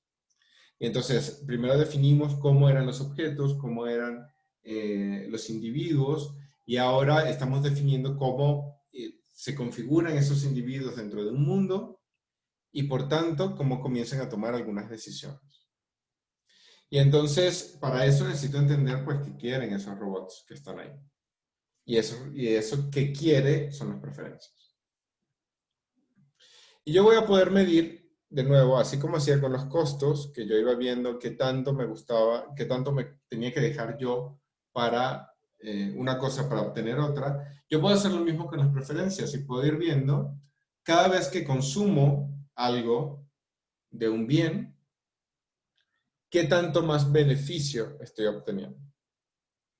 Y el ejemplo que estábamos viendo entre las pizzas y los refrescos también aplica para este caso, ¿no? Porque en términos de beneficio, mientras más pizzas consumo, menos beneficio obtengo de una pizza adicional, porque ya estoy lleno de pizza. Y lo mismo con el refresco, mientras más refresco consumo, menos beneficio obtengo de un refresco adicional, porque ya estoy lleno de refresco. Entonces, las utilidades y esta representación de qué tanto beneficio obtengo y qué tanto no, me sirven para describir estas preferencias. Y también lo puedo medir de unidad por unidad. De nuevo, aquí está el objetivo marginal, que era el que estábamos discutiendo hace unos minutos. Y entonces, este objetivo marginal significa que yo voy a pagar por una unidad adicional. El beneficio marginal de un bien o servicio se puede considerar como lo que una persona está dispuesta a pagar por una unidad adicional. Esa es la definición de beneficio marginal. Y esto de nuevo depende de las preferencias, de nuevo, a mí me encanta el helado y helado puedo comer kilos, pero literalmente kilos de helado, litros. Normalmente se mide en litros, pero se puede medir en kilo también. Y ahí sí, como mi preferencia por el helado es muy grande, yo soy cada vez más feliz mientras más helado trago, ¿no? Entonces, claro, pero llega un momento en que te empachas, ¿no? Que ya el estómago te dice, mira, por más que te encante, pues ya no más. Te duele, comienzas a vomitar y ese es el momento en el que yo paro. Antes no. Y entonces ahí es cuando ya veo que el beneficio marginal de seguir siendo satisfecho por este lado pues se contradice con lo que el estómago me manda y pues ya, tengo que parar, ¿no? Entonces veo que si sigo comiendo más helado ya no voy a seguir, por más que me encante, fisiológicamente no lo puedo tomar más. Entonces cada cucharada extra de helado más que el placer me va a dar el dolor de estómago y la hiperindigestión. Entonces ahí ya veo que cuando voy consumiendo más, pues no siempre obtengo más beneficio, ¿sí? Y eso es lo que yo puedo ver como esta curva acá, que se llama de beneficio marginal. Esta curva de beneficio marginal describe esta relación que estábamos viendo entre el beneficio marginal y la cantidad que yo consumo. Esto que les estaba explicando justo ahora del helado es una forma muy clara de verlo. Y eso ilustra, pues, las preferencias. Y en general tiende a ser decreciente, ¿no? O sea, la primera cucharada de helado que uno se mete a la boca sabe a gloria. Pero la cucharada número 1500 ¿sabe tan buena como la primera? No. No. No. Ya la última ya a veces, no sé, no le sabe a uno, ¿no? Y eso es el principio, está alrededor de eso. Cuando uno va consumiendo más de un mismo bien, pues es cada unidad adicional a uno le va gustando como un poquito menos. ¿Cómo pasa con el helado? Por eso uno dice que el beneficio marginal es decreciente. Al principio, uno obtiene un super beneficio, como vemos acá en el punto A, por las pizzas que está comiendo. Pero a medida que vas comiendo más y más pizzas, obtienes menos beneficio marginal. Por eso. Lo mismo sucede si no lo vemos del lado del consumo, sino también del lado de producción. Esto también pasa. ¿Sí? Pero bueno, enfocémonos acá. Entonces, cuanto más tenemos de un bien o servicio, más pequeño es el beneficio por unidad adicional y menos dispuestos estaremos a pagar por una unidad adicional de él. Por eso es que hay tantas promociones de, si compras, en lugar de comprar, no sé, una entrada al cine, compras 5 entradas y te las dejamos más baratas. ¿Por qué? Porque al principio uno va al cine muy emocionado. Hasta que vas, si vas todos los días, pues ya la última te aburre un poco y ya no quieres ir más, ¿no? Y entonces es el gancho, pero ya la pagaste, porque ya te pusieron a pagarla. Y ellos saben que si las venden así en combo, pues chance tienes más posibilidades de ir, más veces, porque ya lo pagaste. Pero que si las venden por separado, pues la gente se lo pensará, porque la quinta vez que vas al cine, ya capaz no hay ninguna película que te guste. El beneficio marginal tiende a ser decreciente. Es la misma cosa. ¿Cómo vamos hasta acá? Maestro, ¿Sí? ¿se podría decir que, por ejemplo, en este ejemplo que nos dio, o sea, tiene que existir una cierta innovación para que no se vuelva como una costumbre ese beneficio? Ay, acabas de decir una palabra que a mí me mueve mucho porque te cuento un chisme que es que mi doctorado es en economía de la innovación. Y entonces nosotros vemos justamente eso. Cuando hay innovación, ¿qué pasa con la economía? ¿No? Y mira, en general sí.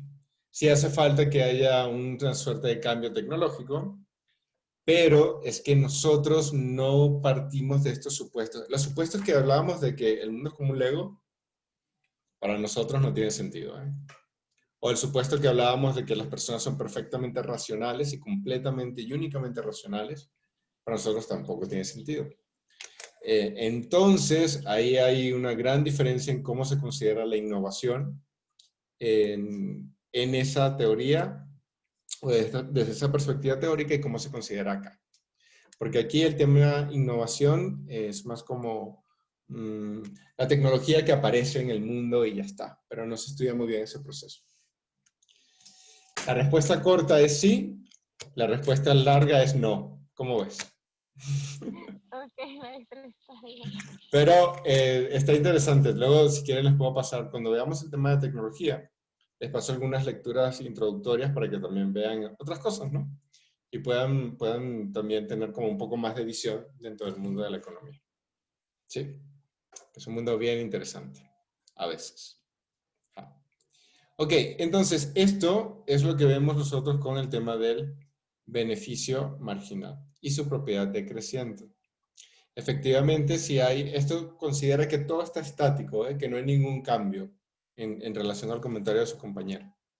Y en ese sentido, pues, como está así y ya no hay ningún cambio, pues sí voy a considerar que siempre es decreciente. Siempre. ¿Eso quedó claro, Néstor? Sí, profesor. ¿Sí? A ver, dame un ejemplo de beneficio marginal decreciente. A ver si es cierto. Pues entonces lo que entendí es que el beneficio marginal decreciente es cuando lo repetimos como que en secuencia va bajando como la satisfacción, ¿no? Entonces puede ser cualquier salida o por ejemplo, no sé, lo veo en matemáticas, cuando aplicas un ejercicio, puede que los primeros te brinden mucho más como aprendizaje, pero en medida que vayas repitiendo como que esos mismos ejercicios, ya no hay como que un aprendizaje extra. No sé si estoy bien. Sí, sí, sí. Así tal cual es. Así tal cual es. Y también es así con la fiesta, porque, claro, irse de fiesta la primera vez está bastante chévere. La primera noche, la segunda, la tercera, la cuarta, la quinta, la décima, la onceava, la doceava, ya no hay hígado que aguante eso, ¿no? Y ese es tal cual una forma de ver cómo el beneficio marginal es decreciente. Siempre piensen en la fiesta, ¿sí? Y ya, piensen en lo bueno que es irse el primer fin de semana y piensen en estar 15 días saliendo todos los fines de semana y llegando a la casa a las 5 de la mañana. Y ya la verdad es que, bueno, ustedes son muy jóvenes, capaz se aguantan, pero yo ya no. Porque el beneficio marginal decreciente, en mi caso, es alto, ¿no? En general para todo el mundo. Entonces, es así. A medida que nosotros consumimos más, bien sea de diversión, bien sea de ejercicio de matemáticas, bien sea de pizzas, bien sea de helado, bien sea, vamos a obtener siempre un crecimiento decreciente, así se llama, o un decrecimiento en esa cantidad. Ok, entonces nosotros podemos ver también, ya que tenemos estos elementos, podemos entender dos cosas, ¿no?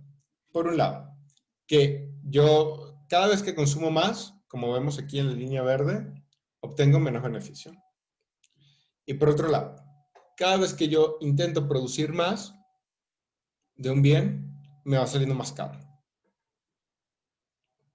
Entonces, eso significa que si yo grafico ambas cosas juntas, yo voy a encontrar un punto donde esas dos cosas se van a intersectar. Esta es mi curva de beneficio marginal. Esta es la curva de costos marginales, la misma que habíamos visto antes. Esta curvita aquí, rosita, es esta curva, que está acá, rosita. Es la misma. Y la curva esta verde, que está acá, en la que explicábamos justo hace minutos, es esta curva verde, que está acá. Y se encuentran, por tanto, en un punto.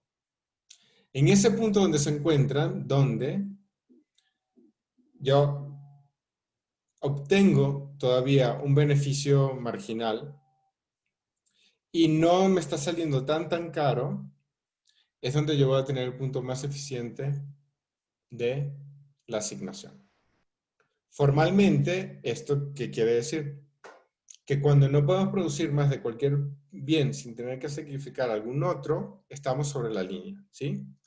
Pero cuando no podemos producir más de cualquier bien sin tener que hacer algún otro que valoremos más, hemos alcanzado la eficiencia en la asignación y estamos en el mejor punto sobre la FPP, que es la función de posibilidades de producción. Es decir, el que preferimos sobre todos los demás. Para yo saber cuántas pizzas y cuántos refrescos voy a producir, por un lado puedo ver mis costos marginales, por otro lado puedo ver mis beneficios marginales, luego que se encuentren, y eso me determina el punto, la cantidad. La mejor cantidad para producir en términos de lo que obtengo y en términos de lo que me cuesta son 2.5 millones de pizzas y 10 millones de refrescos. Y eso lo veo cruzando la línea de costos marginales con la de beneficio marginal. ¿Cómo ven?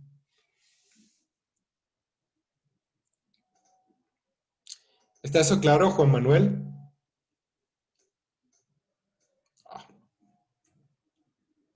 Yo tengo una duda, profe. A ver. Dice que es el punto medio de ambas cosas. Entonces, de la línea rosa y de la línea verde. Entonces, tengo mi duda. El punto central, ese punto medio donde dice punto de eficiencia en la asignación, ¿quiere decir que no perdemos en la fabricación de refrescos de refresco o en las pizzas? Es que ahí me hice un poco de confusión. No, mira, el asunto no es siempre el punto medio, ¿eh? Se pueden encontrar en distintos puntos. El asunto sí es que se encuentran. Entonces, puede encontrarse, ponte, se puede cortar acá, o se pueden cortar acá, o se pueden cortar acá. ¿Sí? Sí. Entonces, eso sí. Y está bien, pero que se encuentren. Donde ellas se encuentran, ahí se marca un punto, Juan Manuel. ¿Sí? Y ese punto es particular porque, ¿qué pasa? Mira, vamos a evaluar los puntos de antes. Por ejemplo, aquí yo tengo una primera parte donde tengo un beneficio marginal que es mayor al costo. Si es así, ¿tú seguirías consumiendo o no? No. ¿Por qué no? No, porque ya el costo marginal es ya excede de mi beneficio que puedo obtener. Ok, pero en ese caso yo estaría aquí, fíjate que estoy aquí en la parte donde el costo marginal excede, está por arriba del beneficio marginal. Sí. Pero aquí no, en esta parte donde está mi cursor ahora, no, aquí estoy, en la parte verde. Entonces, el beneficio marginal excede el costo marginal. ¿Consumes más o no? ¿Qué dices, Juan Manuel? A la una. No. ¿Cómo? No entendí. Es que se corta, profesor. Ok. Se cortó. ¿No me escuchaste? No lo escuché la última parte. Solo escuché que el costo marginal excede el beneficio y es la línea rosa. Ajá, ese en este caso. Y en este caso, yo tengo que el beneficio marginal excede al costo marginal. Aquí. Ah, ok. ¿Qué pasa? No es como si fuera una de ¿Cómo? Patricia, no te escuché bien. Es como si fuera una de... se me fue la palabra. El color verde es como si disminuyera. Ajá, decreciente. Y decreciente. Y entonces, entonces ahí como se encuentra el punto rosita. Ajá. Entonces sería como un punto medio, por así decirlo. Porque por un lado encontramos que por uno excede, pero el otro decrece. Exacto. Es todo. Exacto, sí, yo no le llamaría medio. Ahora que vean estadística van a ver por qué. Porque medio significa que está en la mitad. Entonces no siempre está en la mitad. Por eso yo no le llamaría medio. Pero sí lo llamaría, sí lo llamaría punto de encuentro. Porque eso sí es. Y no necesariamente la gente se encuentra en el medio, ¿no? Entonces es la única diferencia, pero muy bien en términos de concepto. Ahora, Juan Manuel, mira, yo te recomiendo que sigas consumiendo. ¿Por qué? Porque aquí siempre todavía sigues teniendo un beneficio mayor a lo que te cuesta. Y aquí sigues teniendo todavía, donde estoy parado ahora con el cursor, sigues obteniendo un beneficio mayor a lo que te cuesta. Y luego llegas a este punto, donde ya es exactamente el beneficio que obtienes, es lo que te cuesta. Aquí quedas tablas, digamos. Si tú avanzas de este punto hacia adelante, ¿qué pasa? Que el beneficio de lo que obtienes es menor a lo que te cuesta. Entonces ya aquí no te conviene consumir más. Aquí te conviene consumir más, aquí no te conviene consumir más. Y entonces, ¿dónde está el punto como máximo de lo que te convendría consumir? Aquí donde se encuentra. Y ese punto es luego el que hemos representado aquí arriba en la frontera de posibilidad de producción. y lo que me marca qué tantas pizzas y qué tantos refrescos voy a producir. Esa es la lógica. Por eso es que es importante, porque de nuevo, tengo recursos escasos, no tengo todo lo que yo quiero. Sé que cada vez que produzco más de uno, pues tengo que pagar más. Y sé que cada vez que consumo más de uno, pues me va a gustar menos. Ok, en ese escenario, ¿cómo hago para decidir cuánto produzco? ¿No? Por ejemplo. ¿O cuál sería el mayor nivel de eficiencia? Pues veo dónde me conviene. El primer caso, en el que siempre tengo que pagar más por producir más, está representado por la línea rosa.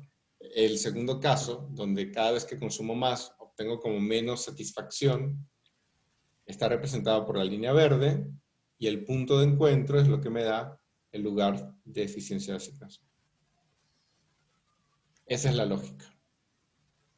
Y por eso era importante verlo, porque en este mundo que está escaso, donde tengo que tomar una decisión, pues necesito ver cuál es la mejor decisión que puedo tomar.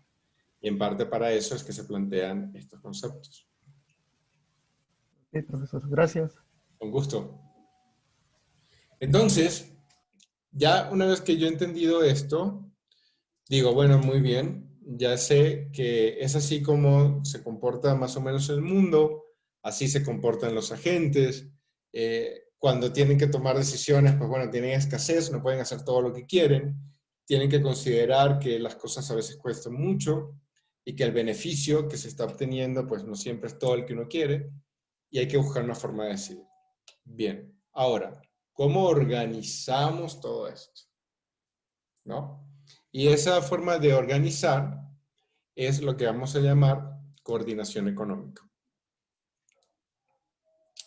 Una vez que ya yo tengo todos estos agentes, pues entonces voy a ver cómo todos estos agentes, de alguna forma, que están en este mundo, tienen un cierto nivel de coordinación. Y de nuevo, aquí entra un poco de ideología. Hay varias formas de plantear la coordinación económica. Por ejemplo, podemos plantear una coordinación económica completamente centralizada.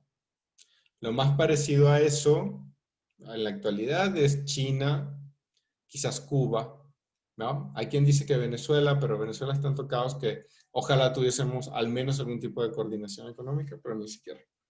Entonces, yo diría más Cuba o China como ejemplo de coordinación económica centralizada, que quiere decir que tú tienes un Estado que organiza cómo se van a dar todas estas relaciones.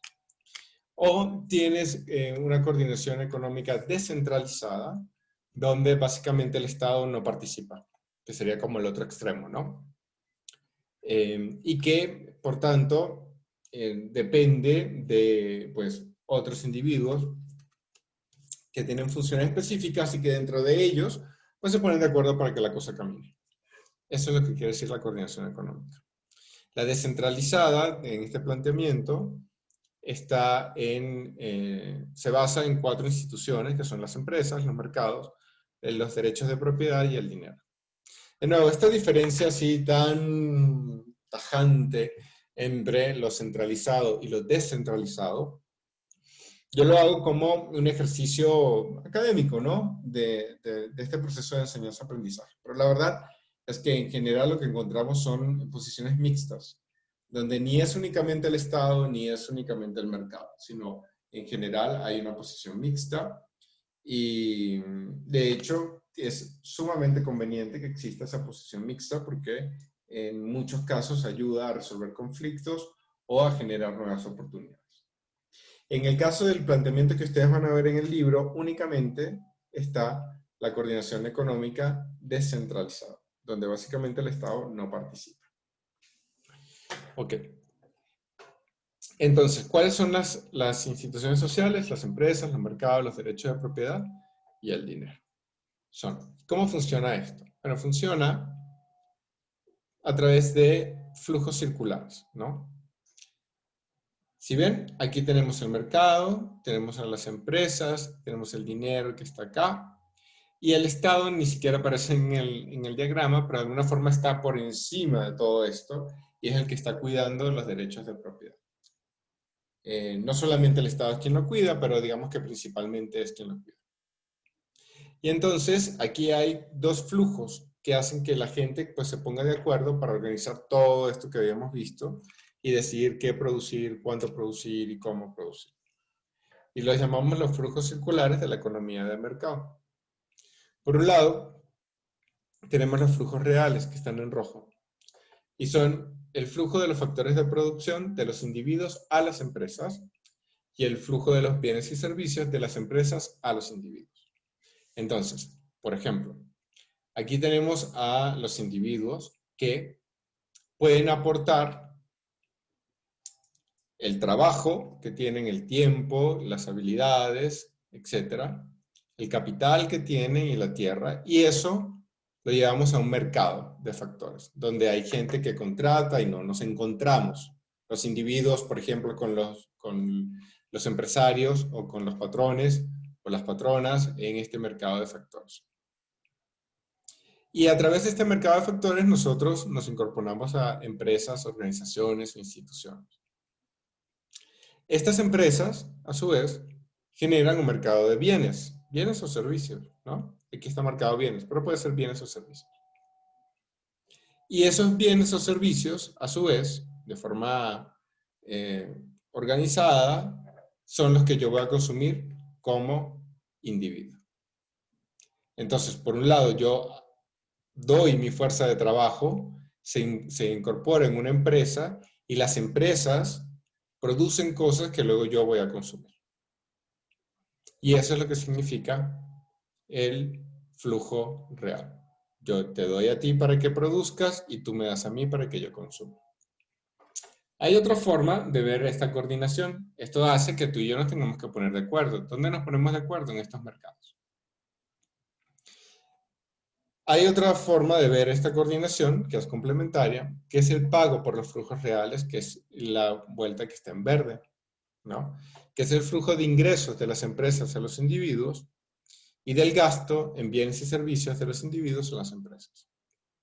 Entonces, bueno, yo soy una empresa que contrata gente y que tiene una junta directiva que genera intereses, utilidades, etc. Y eso yo lo pongo en contacto con los individuos a través de un mercado de factores. Entonces, por ejemplo, cuando yo me encuentro con los individuos, ellos me van a dar a mí el trabajo y sus habilidades, y yo les voy a dar un salario. Y les voy a dar rentas. Con ese salario que yo les dé a los individuos, van a ir a comprar bienes o servicios que yo al mismo tiempo voy a recibir en términos de el pago que ellos hacen porque gastan al momento de comprar estos bienes o servicios. Y eso me sirve a mí de ingreso. Y con ese ingreso yo les vuelvo a dar salario y así sigo en este sentido. Entonces, por un lado, los individuos le dan sus habilidades y capacidades y sus tierras, capitales, los ponen dentro de las empresas para producir bienes y consumirlos. Y por otro lado, las empresas dan salarios, rentas y posibilidades a los individuos para que gasten y les sirvan a ellos de ingreso al momento de realizar ese consumo. Y en este balance entre lo que yo doy y lo que a mí me dan, entonces tengo la coordinación descentralizada. Esa es la idea. Y creo que esta es la última diapositiva. Sí, ahí está. Como ven, configuramos un mundo de economía, definimos economía, definimos cómo son los objetos, definimos cómo son los individuos, hablamos de ciertas características para entender en este intercambio, en este compromiso que hay, qué puedo dar, qué no puedo dar, cómo puedo llegar yo a ese punto donde puedo entender exactamente qué quiero y qué no quiero, que lo puedo ver con los costos marginales, beneficios marginales. Y cerramos viendo cómo todo esto se organiza a través de una visión descentralizada. Ya con esto podemos incorporarnos dentro de temas más profundos, que es lo que vamos a hacer en las siguientes clases. ¿Sí? ¿Hay alguna duda? Yo tengo una, profesor. En cuestión de los pagos por los flujos reales, se podría decir que el empleado da la capacidad, ahora sí que de trabajo, para que la empresa produzca, y se le reditúa con un salario para que el círculo siga funcionando. ¿Eso es el pago de flujos reales? No, realmente el pago está en el... perdón, te refieres a la segunda parte, la parte verde, ¿no? A ver, hay dos cosas, los flujos reales y los pagos por los flujos reales, ¿no? Entonces, en el flujo real está lo primero que tú decías. Ahí está, que el individuo le da su trabajo a la empresa, ¿no? Yo le doy el trabajo, bueno, yo estoy contratado por CONACYT, ¿no? Y asignado a la UAM. Entonces, yo le doy mi trabajo a la UAM y al CONACYT, dando clases, haciendo investigación, dirigiendo tesis de licenciatura, maestría, doctorado, etcétera, ¿no? Todas las cosas, haciendo vinculación, todo esto. Ese es mi trabajo, eso es lo que yo puedo hacer, ¿no? Y eso está en el flujo real, porque yo le doy algo directamente le doy mi tiempo a la universidad.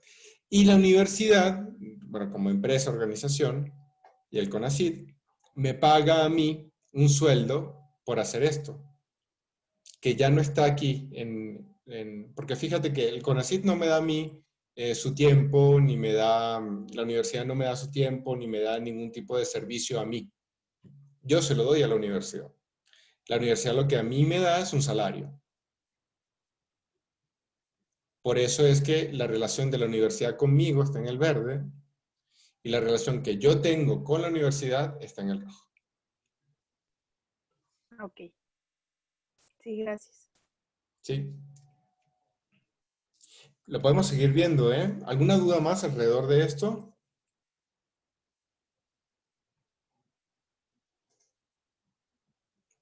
A ver si no. Joel Jiménez. Se acaba de salir. ¿Le dio miedo? Jessica Shunashi.